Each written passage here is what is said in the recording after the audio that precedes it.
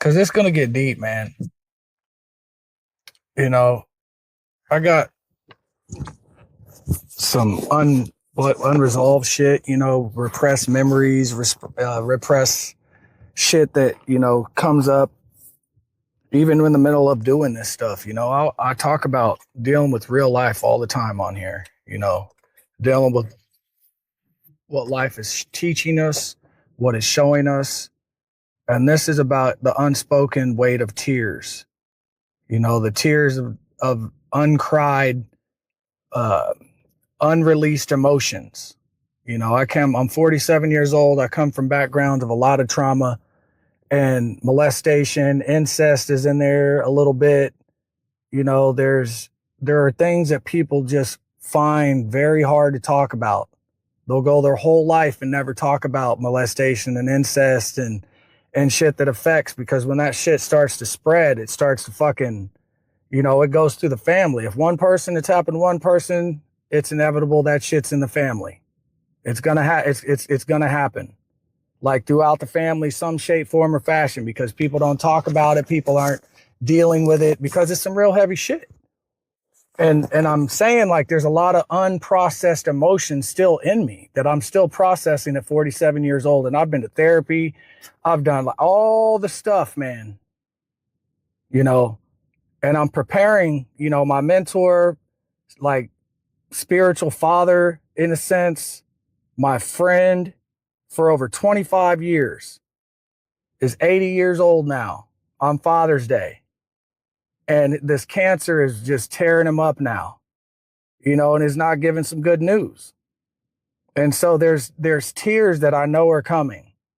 And it's like today I gave myself permission to cry, like just cry, bro. Like why? Because I realized I was trying to hold it back. And I was like, why? Why am I trying to hold this back? Like, this is very real, very raw. Dude's been in my life for 25 years. He has mentored me and showed me so many different, perspectives and the wisdom he carries from coaching for over 35 years, pastoring a church for over 35 years, just knowing people's situation and circumstances and how to deal with them. On that level, I've been having coffee or breakfast with this man for fucking like 7, 8 years, every Monday or whatever day of the week. Like it's the consistency of it all. And it's like, I know like the transition's getting closer and closer. And, I found myself crying after I got the news today about, the 2 weeks outlook, 2 weeks or however long the liver's going to hold up. And so it became very real. And it's like, whenever I feel and I'm processing emotions, like I've turned it, I write. That's what I do. I write it. I put it on here. I don't think I posted this one yet. And if I haven't, I will after. But like, it's only what I do is I expound on what I write, what I'm feeling, and whatever it's going to be is going to be. I always show all sides of myself on here, the good, the bad, the ugly. Because you can't just get on here and show, all like everything is perfect in people's lives, because that's just not a reality for a lot of us, that choose to face these things. And this is just about the tears and the weight of them, of unspoken tears. And this is what came to me when I was laying there, when I was trying to stuff that down. And I was like, I'm just going to drown in this. Instead of releasing what needs to come out, I'm just going to drown within. And they're just going to drown me from within. And I was like, I'm just going to let it flow. And I gave myself permission. And I'd never did that before, where I literally told myself, it's okay to cry. Like, do it. You know what I mean? I didn't even give myself permission when my mom died, my grandma, my uncle, like my dad, all these things. I didn't ever have that realization where it was just like, just fucking let it happen. And as I did, I felt like I'm very more aware of my body, and I could feel the different energy that was leaving in different organs. Like I could feel it like very vividly. And I was like, oh shit, like this is what is stored. The unwork is still stored in there. And it's just like, instead of allowing it to just flow and come out like it needs to, because I was raised by the mentality of men don't cry. You just suck it up, be a man, just all the time. And so like you're trying to have natural emotions that everybody's supposed to have, but you're only going to be able to exhibit those to the degree that the people before you showed you how to exhibit them and show them what that is and what it looks like in the default settings. And it was like so much unregulation. Like it was so unregulated and screaming and yelling and just dysfunction. And so that's what you're left to contend with. And so there's all this stuff, the molestation and shit, that's so heavy from the age of 7 until 12 by 2 different people. Like that's just one aspect. And all the repressed stuff, the crying just never really, man, I felt so weird when I'd go to cry, like it was something that I shouldn't be doing. Like this is a wrong thing. It was literally implanted like a seed and watered and nurtured by the people around me, by the world. You're supposed to that's not the thing to do, because we got to attend to business and we got to do this and we got to keep doing, and we just lose ourselves, and we're never able to find out who we are because it's all that other stuff. I wrote, every emotion you refuse to acknowledge does not disappear. It simply waits for the moment when you are least prepared to face it. And it does. This shit just pops out at the least opportune time, because life is going to make sure it's going to come back out because it's undealt with.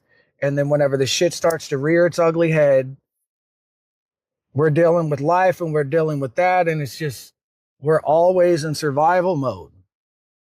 Always. And I'm 47 years old now and living at a level, just because we have a two income home now. The kids are grown, where I did that for 20 years by myself, and the wife did her thing at home and shit, but doing that, the financial burden of that was great. And now I don't have to contend with that on any kind of level like I had to, due to the financial shit that I did and leveled up myself. And then now within the wife working with the last 4 years. So there are levels of expectations that you really can't even grasp until you have more experience, until you get into a certain age. You haven't really, you think, oh, when the kids move out, I'll be able to have more money. But you really don't understand what it looks like until you're having that experience. Truly. Emotional strength is not measured by how long you can suppress your feelings, but by your willingness to confront them honestly before they begin shaping your life without your permission, which is what I did. I allowed my emotions to shape my life for the first 20 years. Drinking, drugging, attempts of not being here, alcohol poisoning, really just trying to dismantle this thing, not really wanting to be here, not caring and loving for myself at all. It was all shame and guilt and just, oh my God, sexual confusion and abandonment issues, and just, man, it just goes on and on and on and on for a good solid 20 years. Your body has ways of communicating what your mouth refuses to say. Tears are one of those languages. Emotional pain that is never released doesn't vanish. It settles deeper into your thinking, relationships, and identity.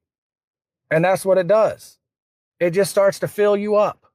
All this shit, all this undealt with, it's like a sea of emotions, and it's a tsunami that is going to fucking unleash sooner or later. In all the wrong ways, man. You ain't never heard of a tsunami doing some really great shit, have you? The only way you can do it is you got to deal with it, man. You got to be able to deal with and contend with yourself. Crying is not surrender. Sometimes it's the first honest step towards reclaiming your footing. Give yourself permission to cry, or you are creating a tsunami that will unleash without warning. And it will. And it has. It releases in anger. It releases in self-destruction. It releases in doubt and fear and all these things, man. And it just keeps piling up and piling up and piling up and piling up. Suppressed emotions rarely stay quiet forever. They accumulate pressure until even a small inconvenience becomes the breaking point. And like my mentor says all the time, now everyday life is kicking your ass. you're blaming it on this, and like I can never this, and it's like it's just like it's a flat tire, bro. You know what I'm saying? Or it's something just simple, this everyday life that is gonna happen. And you're making it this other thing because of the weight of the undealt with. And so it just bleaches over into the, it does. It's the reverse of how I talk about building the levels of confidence and consistency and discipline. And that shit starts to level up, and then it spills over into this area of your life, and that starts to level. It works reverse engineer whenever you don't take care of business. It just gets worse and worse, and you just start making all these excuses and all these things, and now it's all these other things, the reasons why I can never get to where I can get to. And I understand, because it's survival, man. We're dealing with so much, and everybody wants to get on here and talk about where they are, and nobody really wants to talk about the shit that they came from, because the people that are freaking always talking about where they are, man, how did you get there? That's what we need to know. How did you get there? And please stop putting it behind a paywall. Suppressed emotions rarely stay quiet forever. They just don't. It comes up. You rethink it, you rehash it, you replay it in all these various ways in our lives. Many emotional outbursts are not reactions that are present that moment. They are years of unresolved moments demanding to be acknowledged. Permission to grieve today prevents unnecessary destruction tomorrow. How many of us just don't know how to freaking cry?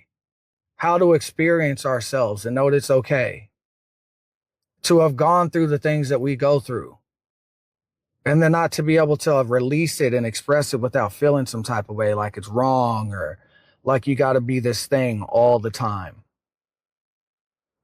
And that shit will drown you from the inside out. Permission to grieve today prevents unnecessary destruction tomorrow, for real. It really does. Because it has to be in real time. That's why I'm going to do this whole series while I'm doing this. I'm cashed. That's the only reason I'm doing this whole series. It's because my mentor is about, he's on the last leg, and it's going to be heavy. And I'm going to deal with it and process it on like all the days like I do on here. And you guys are going to see it. Like how, to deal with things in real time. Is it going to be pretty? Is it going to be fucking all like it's going to be heavy? And it's not like I'm calling that forth. It's just you understand that certain people are bridges to the other side. They have sacrificed and given up of themselves by developing themselves in such a way that they become sacrificial. And they're the bridge that helps other people get to the other side to find themselves or to level up. And then the body of evidence is so overwhelming, it changes the course of people's lives. And that's what I'm talking about. So you can't have something like that, somebody come into your life and affect your life, your family's life, my kids' life, like in the most profound ways. And don't think that's not going to hit. That's being an unprepared person in a prepared place. You have to kind of prepare for this stuff by not being in denial. That's how you prepare for death in the physical here. You don't deny that it's coming. That's where we go wrong, is trying to deny it and force it down and try to, no, you really have to process it. You really have to start to understand it and appreciate it. How they say giving the flowers and shit. I do it all the time for this man and his wife. Like how much I love them. And like, there's no words to express because it surpasses all understanding. It does. The love that I have for these people, because it's sacrificial. It's a body of work that is undeniable, where they have given of themselves in such a way that it's undeniable. And like thousands of people can say this. And you got to take it from these changed my life, and then you get new versions of me. everybody I come into contact with, and my wife and my kids and everything. I'm nowhere near the person that I was. Without the person in my life, there is no me. That's how detrimental, instrumental this thing is. That's how valuable we are. You know, it's the connection. That is what I'm realizing more and more, this whole thing. You know, it's the connection. And he talks about how you get to choose your family and you don't get to choose your relatives. And, you know, there's just people in our lives, if we take them away, man, that's what enables me to do this. To want to just share my experiences, molestation, incest stuff gone on in my family and throughout all kinds of shit. Watching your mom get beat, broken ribs and shit. I'm getting hit with extension cords, like abandonment issues, all kinds of shit. You know, and when other people share like the most vulnerable aspects of their life, it gives permission, you know, within that person and the next person to do it and see, wow, and say that you said that out loud, and all these different aspects that I just like, that was my experience. I watched other people sacrifice themselves in such a way they became a bridge. And my mentor introduced me to the chick that blew my mind in such a way she changed the course of my life. And now this is all I do. Like, just being, leveling up, developing me, not trying to do anything other than that. So like, and then let the experience play out. And you're not going to be for everybody, and everybody's not going to be for you. More of you. Oh, okay. And then for the new people, I kind of just go over my talking points, my wisdom that I'm writing down, and what I'm just sharing me. And I just try to point people to themselves and to tap into the greatness within themselves, because it's in there. You can't go from all the fuckery to where I was, to where I am. And it's not bragging. I'm just telling you what is possible when you tap in and you stop suppressing the stuff that is inevitably coming in life. You know, death is coming. It should not be shocking anybody anymore. You know, when you're preparing it, you're preparing to be a prepared person in a prepared place. My mom got the diagnosis of cancer, terminal, lung cancer, fucked up.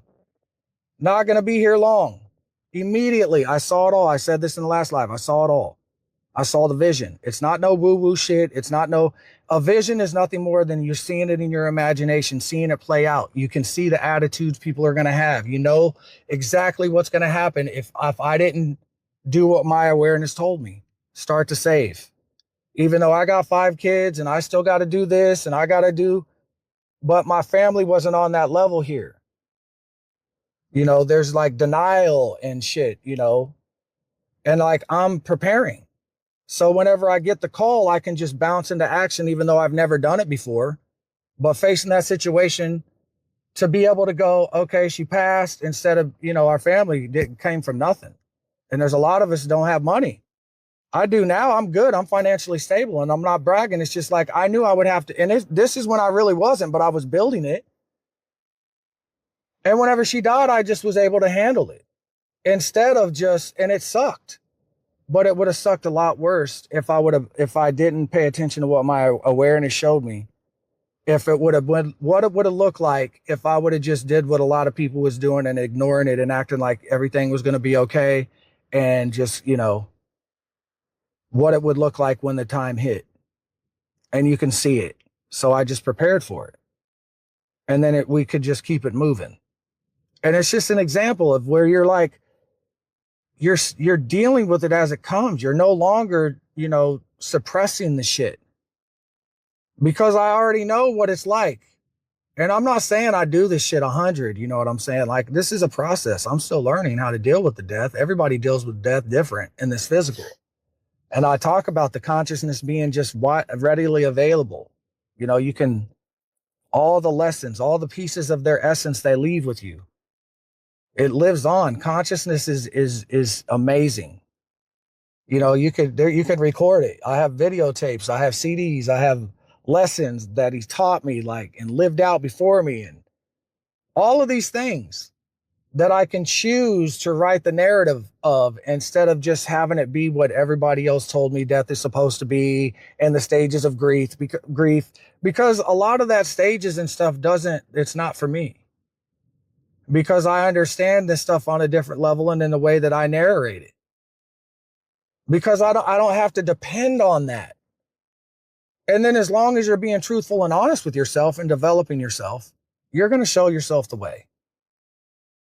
And you're going to you got to place yourself around people that can hold you accountable, and uplift you. Even my wife, like before I did this live, because I was like, man, I was all over the place in that last live. I really got off topic and shit. And she was like, man, she said some shit in such a way it was perfect.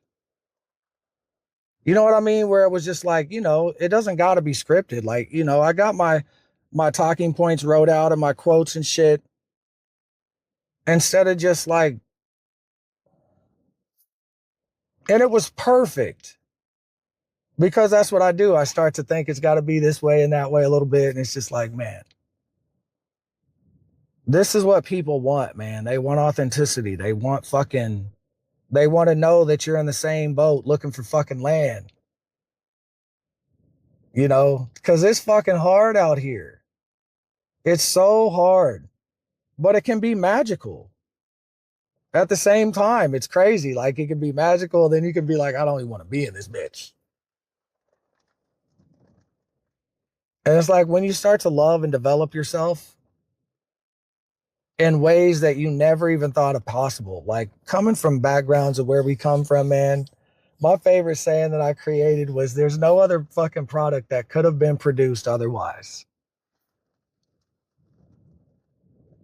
It starts to make sense whenever you see it in a way like, what do you expect to come from these kinds of things, these backgrounds of traumas and the sheer fuckery, And then like people are out here doing and behaving the way that they are. And it's just like everybody's so busy talking about it and not tending to their own gardens that like there's weeds growing all over here and everybody's tending to this shit and it ain't got nothing to do with nothing. Because it's like it's all undeveloped shit you're watching. It's just like you're watching, there's a cause and effect. You're watching the effects of all of the fuckery. And the ones that have like really starting to develop themselves, and everybody is doing it, by the way. Nobody is immune. Like people are just doing the best they can. I say it all the time. The fact that people just lace them up and show up, that is the fucking success in some people's life. And you got to understand that. For a lot of us, just lacing this shit up every day and showing up is a fucking miracle. And it's not just because like, we're going through the stuff. Because everybody goes through the stuff. People got to bury people. They got to bury pets. They get sick. They got to deal with the same stuff. Everybody's dealing with that same shit. The crazy family members, the alcoholics, the drug addicts, the this, the that. It's all in from the richest houses to the poorest. Everybody's dealing with those types of things. Money helps, satisfies, going through withdrawals. Man, it depends on how you handle your life. Like I handled my life when I had withdrawals at those times, like I figured it out. I took supplemental shit to help cure it. But I knew myself, every path is different. I took kratom to get rid of withdrawals because I didn't have insurance at the time. Alcohol? Oh yeah, it's rough. I quit all at once though. The last time I drank was September 29th, 2001, because that was the detrimental thing. But I love my bud. You know what I'm saying? I don't live by other people's narratives and be like, oh, you're not sober. Man, alcohol was destroying and killing me. Like on levels that you're in the hospital, alcohol poisoning, stomach bleeding, doctors giving you pictures of your stomach saying you're going to die, bro. Like you're going to die if you don't stop. I checked myself out of the hospital and went and bought a 30 pack. Like that's where I was, bro. Like that's where I was. So I understand you completely. But taking the power and outsourcing it, people outsourcing it, and don't stay with me, man. I've just stay with me. I've been there crying because I couldn't drink. There's a whole Whole history of the family, the same shit. If it was easy, everybody would be doing it. The thing is you got to take your mind off of the thing, and you got to start to imagine what life is and not focus on the thing, what it looks like without the stuff. Preparing your life to live what sober looks like, instead of going, oh, the party isn't going to be the same, the place isn't going to be the same, the birthdays aren't going to be, all the reasons why you can't. It all has to turn into the reasons why you can, all the reasons why you should, getting around people with the same mindset, all of those things. Like, I could go on and on and on, but self-accountability is the highest thing. And just living what your experience is teaching you, like learning from it. And there is no wrong way or right way to do this thing. You know what I'm saying? Because there's people there's no wrong way or right way. You know what I'm saying? You have to do what your experience is telling you and learn from it. And part of it is dealing with the problem is not the alcohol. The common denominator is us. It's not the thing. The common denominator is us. The moment that we start to fix what's undeveloped in here, the areas of lack that only you know about, when you start to stop running from that and develop that, the alcohol will cease to exist. The thing will stop existing because it's attached to what's going on in here. If you want to create heaven here, if you want to create this life where I went from 26 homes, 16 schools, a molestation, ancestral shit happening throughout the family on different levels, very small. It's nothing real crazy, but people explore like, oh, look what happened to me. Look, try. Some of that is exploration. Some of it is like, it's due to the things undealt with. And that's just an example. Yeah, I mean, look, man, I can go on with the isms forever. Complex PTSD, bipolar. I could go on and what me and my cousin call a cataclysm of fucking isms. It's infinite. I can do all that all day long, right? I use those things as tools, right? To say, okay, these are the things. How do I address those? How do I address the things that they're saying that this is? And it's going to be with the unresolved. And when you start to deal with the unresolved, all of those things start to take care of themselves. They start to come into alignment in various stages and various levels. As long as you're willing to continue to do the work and be honest with yourself. Your honesty and awareness is what's going to hold this whole shit together. You know what I mean? Like, your awareness and your honesty is what's going to have to hold it together. And if you got to go there, you got to go there. And let it be the lesson that you got to learn, It's all part of the process when you're willing to go through it and not run from it. And I'm not trying to be preachy and tell you how to live your life. This is how I did my own experience. I'm just explaining it. Like, I got really real. I put myself in a better position. I surrounded myself with people that could help me grow. I got out of the environments that broke me. I sacrificed so many things. I listened. I stopped selling drugs. I stopped doing all the things slowly, gradually. And if you just keep believing yourself and keep doing the little things, the bigger things start to open up. The only control you have is what you choose to control in the moment. The present moment is the only place where your influence truly exists. Peace comes from separating what belongs to you from what never did. So the shame, the guilt that I carried, it wasn't mine. It belonged to so many other people, and I didn't come here with that. It was given to me. It was nurtured. It was watered. You can't stay sober a month. Have you stayed sober for 5 days? Have you stayed sober for 10 days? Have you stayed sober for 1 day? See, this is what we do, is you'll stay sober for 5 days, and then you might drink, and then you will never give credit to the 5 days that you had because you're so consumed with the 1 day now. And then all you do is it's really not about the days. It's about learning the consistency and the discipline and stacking them, and then learning what your awareness is teaching you of how you fall back into the patterns, and it's always going to be under the unresolved and your nervous system and what it's attached to and shit. And when you start to get that under, and then you don't keep kicking your ass for whenever you fall, it's not an excuse, because you got to have honesty to tie it all together. And it's just like, you keep tapping into yourself and stop denying what you know to be true. And whenever I would be sick, I'm telling you, I went through it, man. I was like, this is what I deserve. Like, this is what it's going to take to get to the other side. And once you get to the other side, then you can start piecing that side together. And I remember telling myself, I have to learn to be sober. I have to teach myself to be sober. You know, I got to learn, because a lot of it is the repetition.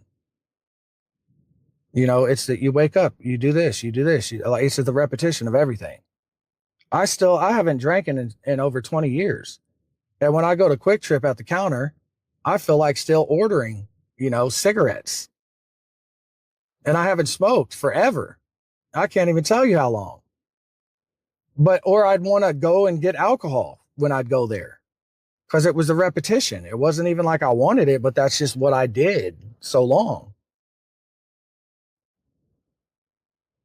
But the whole key to that is just to be honest with yourself all along the way. And sooner or later, like, if you keep doing the work within yourself and dealing with the levels of trauma within yourself that causes you to drink, the drinking will handle itself. We get so focused on the drinking. It's not the drinking. It's the common denominator that's causing us to drink, which is us. And the trauma and the things we're trying to bury and hide and numb. I understand it, man. On a large level. Hold on, man. Looks like we're only doing 10 hours. Cool. We're doing 10 hours. All right. They just started running there. I got to go, guys. I didn't even get through half of my shit. I'm going to be doing a long series on this. And I don't mean to be preachy, man. I don't ever want to tell anybody how to live their life. That's the last thing. I do not know your experience. I do not know the levels of the stuff that you're dealing with. And I can make it sound easy, and I can make it seem, well, just do it. It's not easy. It's hard. You know what I mean? It's hard. I can't bullshit you. I cried because I couldn't stop drinking. I remember many nights I wanted to so bad. And I just cried and cried and cried. And then I just did it all over again and did all the things until I just slowly, gradually started to make different choices. And it doesn't happen overnight, man. It can. I mean, I made up my mind big time and never had a drink again. And I do the things that keep myself, like, I don't entertain it. I don't, because I know people, like, and I know stories of people that were sober for 29 years and took one drink and it was over. The marriage, the job, the everything just unraveled after that. And I know that's my story if I do that. Nobody has to tell me that. Nobody has to convince me. I know me. So as long as I'm being honest with myself, once you start to stack these years and these months and this stuff, and there is no wrong or right way to do it. People are going to tell you, you got to do it, you got to know. I've led classes. I've led AA classes, man. I've mentored in prisons for 4 years. I've taught in places. You know, I was sober for 10 years, so you know how to do it. It's all good then. You got to get back to thinking on that. You got to keep bringing that up and thinking of the magic of that buzz, you know. You got to keep, man, that's incredible. And you're telling yourself you can't. See, you're kicking your own ass. You got to stop kicking your own ass. You got to start giving yourself credit for the 10 years. And I know the carnage that ensued from all of that shit, you know, you don't do that and have to be 10 years without leaving carnage behind. And then we use that as an excuse to keep drinking. Trust me, I understand it all, bro, man. I've been there. But as long as you keep telling yourself you can't, you're a self-fulfilling prophecy. And that's all. I'll leave that there. Because it starts to be a whole nother thing when you just keep saying the same shit. If you just reverse engineer it and keep saying, I will, I don't care what it takes, I will. And you keep doing that instead of doing the other thing, you'll get out of that fucking self-pity pool eventually and you'll start fucking going and getting to where you need to be. And the only reason I'm talking like this is because this is how my mentor, like, this is how he brought me up out of my shit. You know, I can't coddle. If you're fucking with me, like, this is how we roll over here, bro. Like, it's no judgmental bullshit. I've done it. I've been there. And all I'm doing is just sharing my experiences. And like, I broke my whole shit down to my mentor a long time ago about the molestation and all that shit and everything that came along with it. And he was like, all right, now what? You ready to go to work? Because you know what it's like over here and entertaining all that and the fucking unforgiveness and the hatred and the self-loathing. You know what all that is, right? You're tired of living like that, right? Okay. All right, then it's time to go to work. Well, if you're sick, it's just time to go to work, you know? You know what I'm saying? I mean, it's a hardcore truth and it sucks and it does crush feelings, but at the end of the day, bro, like, you know what the other side is. So either get on board with it or keep getting the same result. Like, that's it. And I understand it. It's not for everybody. Sometimes we need more coddling, you know, or whatever. I won't even insult you and say it's coddling because this shit is so hard. I don't know your experience. That's very arrogant. It's just pay attention to what your experience is teaching you. And then you tell yourself, is it for or is it against you anymore? And I don't have to tell you. Nobody does. When you deal with the levels of truth within inside yourself, shit starts to fucking magically start to happen. You really get to moving and grooving and doing and going places and saying things, and it's crazy. But I gotta go, guys. My time is up. I'm over here killing the clock. And the only reason I'm killing the clock is I'm just, you know, making shit balanced because I didn't get paid for some shit. So we just take it another way a little bit. You know what I'm saying? We're gonna balance the scales. As long as it's just like balanced. You don't overdo, you just make sure it's balanced. And I didn't even finish none of this, y'all. The Weight of Unspoken Tears. I got way off track. But there's no coincidences. This is what we do, man. When you're just in the moment and you just want to live and you're just trying to develop yourself and help people, like, and that's the goal. Like, there's no wrong way. I'm just out here living, man. And then I got to go in here to work and deal with the last leg of the work, you know. But it's Friday. At the end of the day, it's Friday. That's what you tell yourself. It don't matter. It's Friday. So whatever's going to happen is going to happen. But thanks for hanging out with me, guys. I appreciate it. 2:30 is the always best crowd. It always is. And I'm sorry if I didn't get to the comments. I always just kind of do my thing. And I get so caught up and passionate. It's just passion. I love people. I love to see the potential come out of people because somebody helped bring it out of me. And to go from where I am to where I am now, I'll live in a $400,000 house. My cars are paid off. My kids are thriving. Like, my bank account is decent and shit. Like, I'm not financially strapped.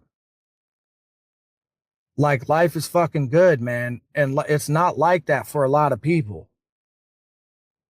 And so that's why I talk about the other shit more. And just throw in the other bit a little bit. So you can see what's obtainable when you just keep developing yourself in the areas of lack.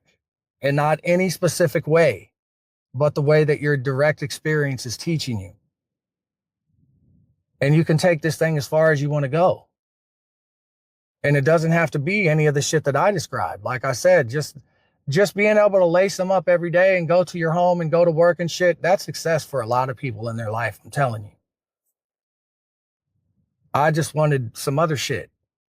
I wanted to kind of go all out a little bit, like, for myself. And there's people that don't think that that's going all out, but like, for me, it is. Fucking 800 plus credit score. Are you kidding me? And I know what it's like to file bankruptcy. And I fucking bought a house 4 years later because I didn't listen to the noise with that shit either. I just kept building and doing my own shit. And that's all I encourage everybody to do, is not tap into me, really. Tap into just tap into you. Tap into the source of it all. and stop outsourcing it to other people, places, and things. And that's my time, because I'll sit here and ramble on for fucking ever, man. You guys have a good night. I'll be back tomorrow at 9 o'clock Central. Have a good night, guys. Thank you for the likes and love and all that and just chilling with me. I appreciate it.